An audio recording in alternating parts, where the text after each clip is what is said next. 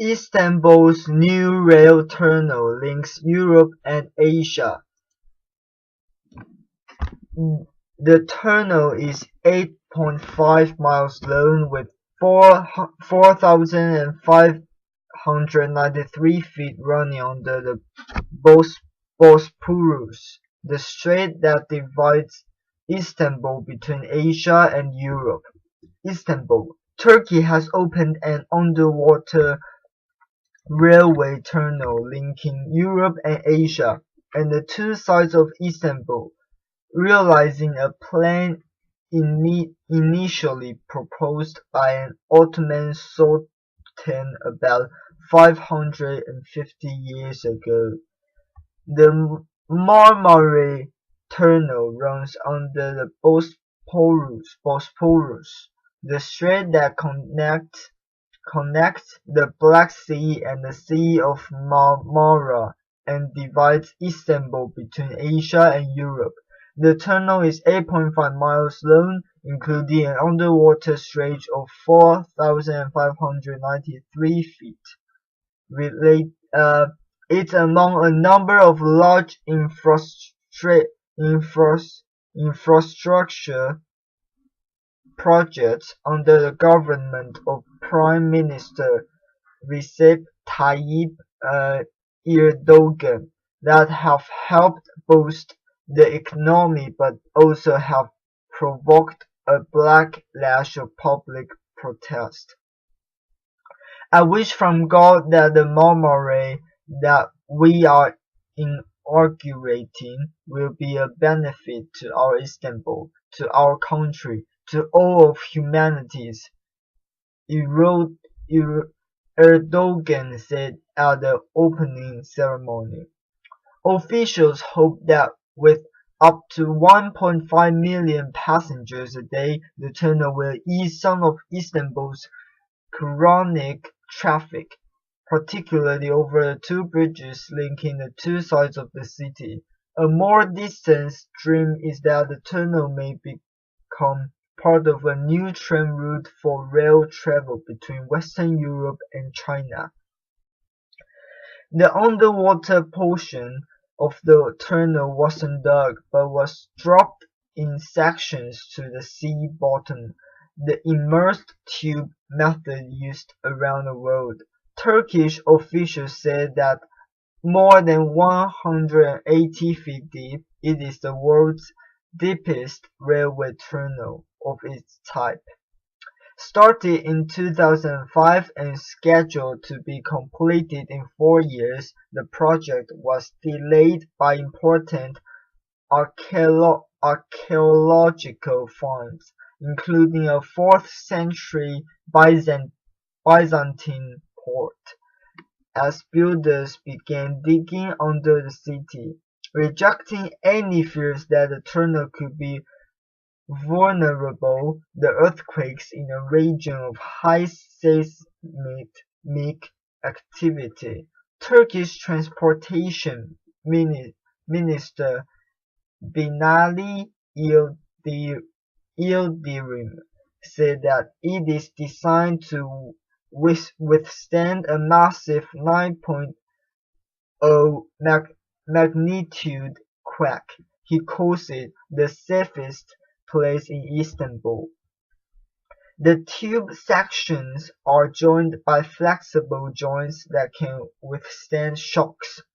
Ottoman Sultan Abdülmecid is said to have proposed the idea of a tunnel under the Bosporus about a century and a half ago. One of his successors, Abdulhamid had architects submit proposal in 1891, but the plans were not carried out. The tunnel is just one of Erdogan's large-scale plans. They include a separate tunnel being built under Bosporus of passenger cars, a third bridge over the strait, the world's biggest airport, and a massive canal that will bypass the Bosporus.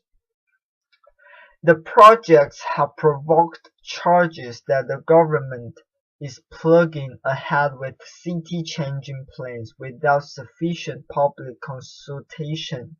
The concern fueled protests that swept Turkey in June. Tuesday's ceremony on the 19th anniversary of the founding of the Turkish Republic was attended by Erdogan and other officials, including Japanese Prime Minister Shinzo Abe, whose country was heavily involved in the construction and financing of the railway tunnel project. Japan's Seikan Tunnel, linking the Japanese island of Honshu and Hokkaido, is the world's steepest, getting 460 feet below the seabed and 790 feet below sea level. The Channel Tunnel, linking Britain and France, is as much as 250 feet below sea level. Syria conflict. Israel carries out Latakia airstrike. Israeli aircraft have carried out a strike near the Syrian coastal city of Latakia, a U.S. official says. The official said the strike targeted Russian-made missiles intended for Lebanese militant group Hezbollah. Latakia is a stronghold of Syrian President Bashar al-Assad, an important port city where the Alawite community to which he belongs is concentrated. Israel is widely reported to have carried out at least 3 airstrikes in Syria so far this year. Reports of the strike came as the Organization of the Prohibition of Chemical Weapons (OPCW) said all Syria's declared equipment for making chemical weapons had been destroyed 1 day before a deadline. Action by the OPCW was agreed following allegations denied by the Syrian government that its forces had used chemical weapons in civilian areas, and after the US and France threatened military intervention.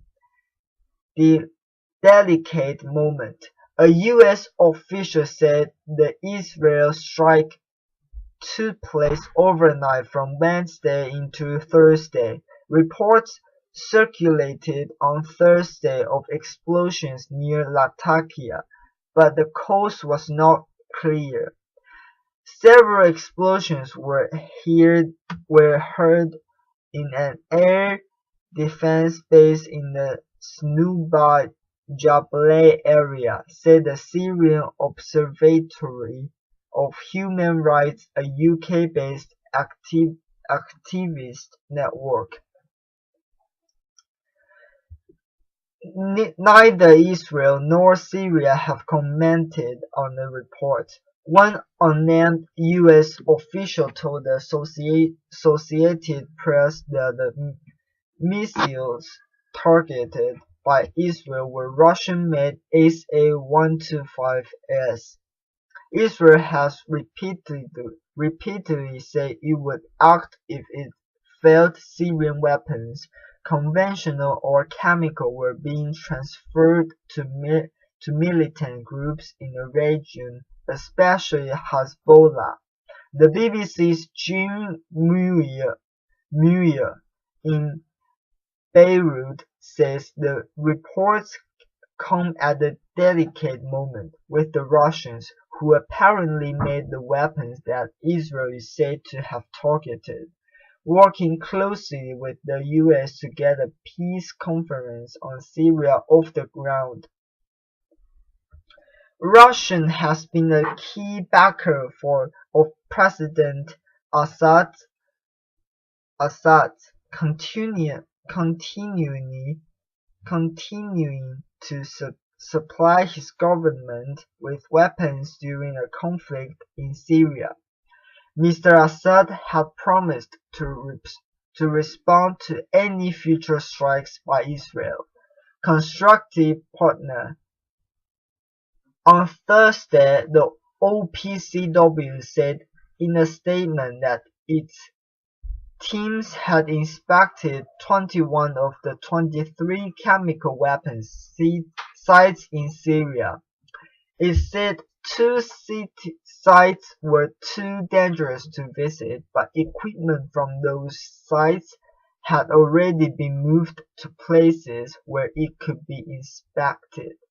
Syria's Deputy Foreign Minister Faisal Mekdad told the BBC that his government was cooperating and was making a contribution to freeing the Middle East of weapons of mass destruction.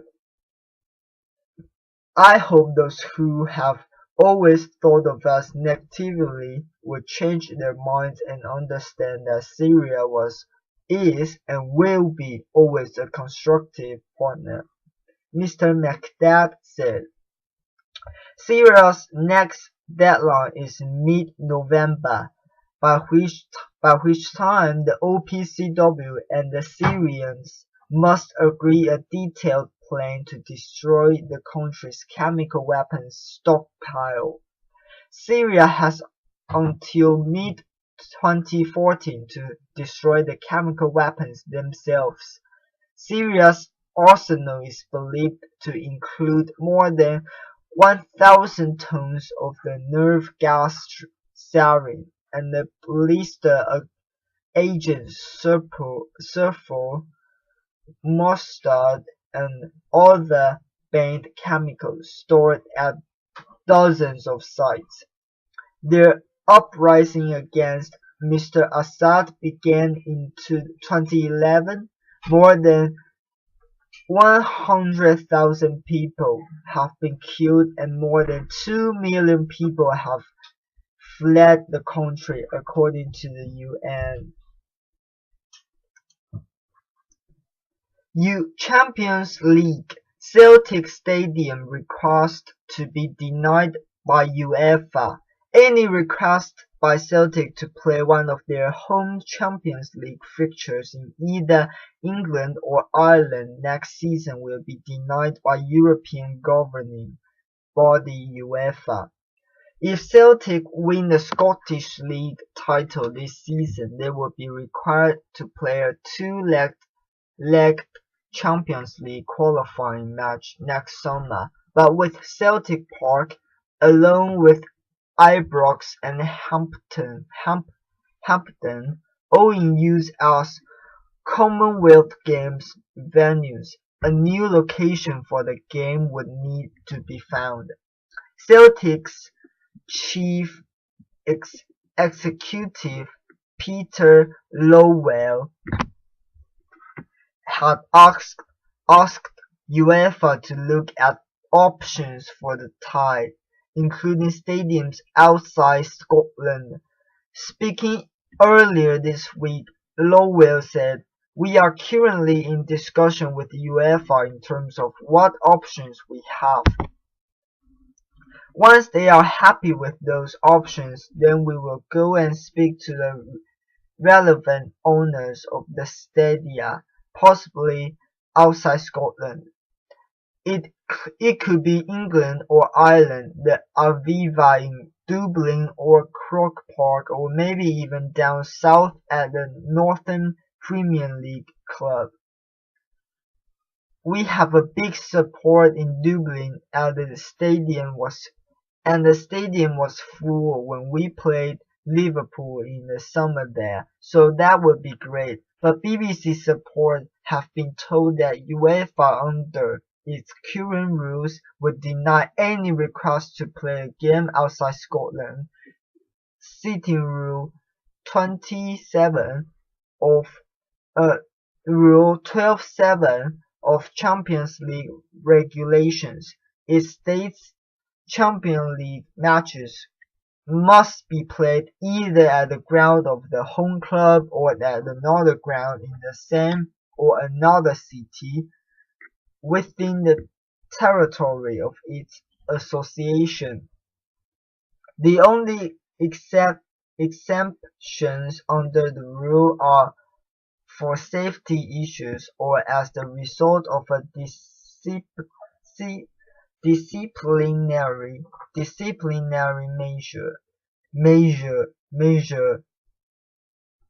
measure. Celtic are seating their European Cup Winners' Cup game at Old Trafford in 1984 against Rapid Vienna as a potential precedent for moving the game, but that match was only played at Manchester United's stadium after UEFA ordered a replay at the neutral ground at least 100 miles away from Glasgow following a controversial end to the second leg at Celtic Park. The club are also thought to be considering the 67,000 capacity Murrayfield Stadium in Edinburgh, the home of Scottish rugby, with UEFA's regulations now making it the leading contender to host the potential game. NSA leaks helping India become Big Brother state. While the US and Britain fend off accusations of Big Brother-style spying, other countries are learning lessons from fugitive ex-US intelligence contractor Edward Snowden's leaks, and critics say developing the same kind of mass surveillance. India is one of those in the frame. Its authorities are bringing in new measures against foreign cyber snooping, including a plan to move internet traffic inside its borders and banning officials from using Gmail and other external email services. Simultaneously, campaigners say the Indian government is loosening controls on electronic snooping by its own spies. It is also stepping up efforts to build its own massive surveillance system, which critics have dubbed India's PRISM, a reference to one of the US spy programs revealed by Mr. Snowden. This is a downside of Mr. Snowden's leaks, says Sunil Abraham of the Center of Internet and Society, an Indian advocacy group. Governments like India are now cherry-picking the worst practices in a race for the bottom in terms of human rights. Documents released by Mr. Snowden to journalist Glenn Greenwald showed America's National Security Agency (NSA) was hoovering up billions of chunks of Indian data, making the country its 15th most important target worldwide. Not actually snooping. But unlike other states that have discovered the US is siphoning off their secrets, India has conspicuously avoided joining the chorus of criticism. That may be because it doesn't want to draw attention to its own activities. Its Foreign Minister Salman Khurshid even appeared to excuse American monitoring, saying it was not actually snooping. When the German Chancellor Angela Merkel erupted over reports the NSA had been bugging her mobile phone, the Indian Prime Minister's office was untroubled by the possibility he too had been targeted. There are no concerns, a spokesman of Manmohan Singh told the BBC, because he does not use a mobile phone or Gmail. Many Indian officials do, but from this December the government is planning to bar them from using their private email accounts for many official business, in direct response to evidence of US praying.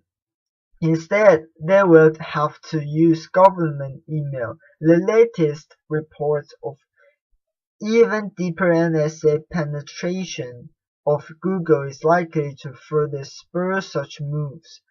It won't be an easy change to make through, though.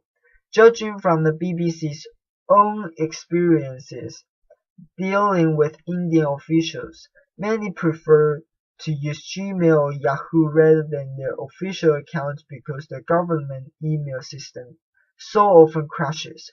More ambitious still is a plan to bring all internal Indian internet traffic inside its borders. Currently, an email sent from, say, Delhi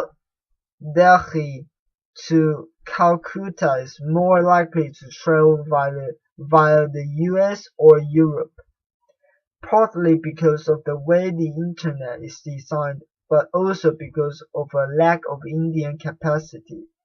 But at a summer meeting to assess Mr. Snowden's leaks, one of India's security chiefs called for 100% of emails and files sent between Indians to stay in the country, to limit snooping by foreign elements. As other governments take similar measures, these changes may not just mean a tougher job for spies but also a more fragmented internet under tighter state control. Critics say India was already on the road to creating a Big Brother state, long before anyone had heard of Edward Snowden. Their biggest concern is a secret massive surveillance project the government has reportedly been building for the past few years. The Central Monitoring System (CMS) is supposed to give security agencies the ability to listen or record all communications nationwide and track individuals in real time, like some of the US programs that have been revealed. If the few details that have emerged are correct, Indian cyber spies would have even more freedom, bypassing internet and telecom companies and tapping straight into the cables and servers carrying the traffic. Mirroring America's defense of its spying programs, the government says the monitoring system is to protect against terrorist and other national security threats, but a lack of concrete information has only heightened fears about its intentions. A draft privacy bill which was supposed to allay some concerns has been watered down in the light of Mr. Snowden's revelations. According to Sunil Abraham, India's intelligence agencies argued, "Look at what the US can do. Why curtail why curtail what we can do?" In any case, India's spies are not troubled by the parliamentary of judicial oversight. In the world's largest democracy, the intelligence agencies still report straight to the Prime Minister and the Home Minister. India needs to protect its sovereign rights, says Pavan Duggal, a Supreme Court advocate and cyber law specialist. But these are unprecedented powers. Right now, these are minority concerns in India, which is far more consumed with the early political sparring before next year's elections. Meanwhile, the Indian government is learning many lessons from the NSA's troubles. But Mr. Duggal says, sooner or later it will have to address the issue of greater accountability. Toronto Mayor Rob Ford refuses to resign over drug video. Toronto Mayor Rob Ford has refused to quit after police said they recovered a video appearing to show him smoking from a crack pipe. Mr. Ford, who has denied smoking crack, said he had no reason to resign. Police have not gone into detail about the content of the mobile phone footage, but say it is consistent with previous media descriptions. The saga has captivated the city since reports surfaced in May of the video's existence. The video, first brought to light by journalists who reported seeing it, has never been released publicly. Earlier, Toronto Police Chief Bill Blair told media of the video they had recovered from a computer hard drive, the contents of which he said contained video images which appeared to be those video images previously reported in the press. Police have not filed criminal charges against Mayor Ford in connection with the video.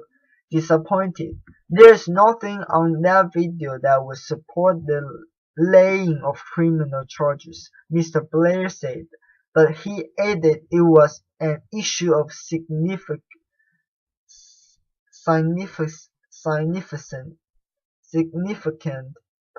public concern and a problem from the city.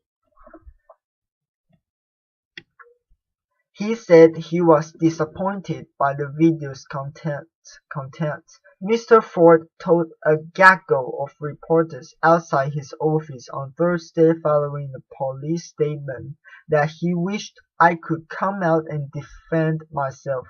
Unfortunately, I can't because it's before the courts, and that's all I can say right now. I have no reason to resign, he said. In May, the Toronto Star newspaper said it had been approached by drug dealers trying to sell the video. Two of its reporters viewed the video, but the organization declined to pay for it. A Gawker journalist also reported seeing the video, and the organization raised more than $200,000 in an online campaign to buy it, before being told by a source the video was gone. A photo depicting Mr. Ford with two young men, which Gawker said they were given by the drug dealers selling the video, became notorious when it emerged that one of the men, Anthony Smith, had been shot dead on a Toronto street. Two men are facing murder charges in that case. Driver charged. Reports of the mystery video's existence triggered a massive police investigation into the mayor and his associates, especially a friend and occasionally driver named Alexander Sandor Lisi.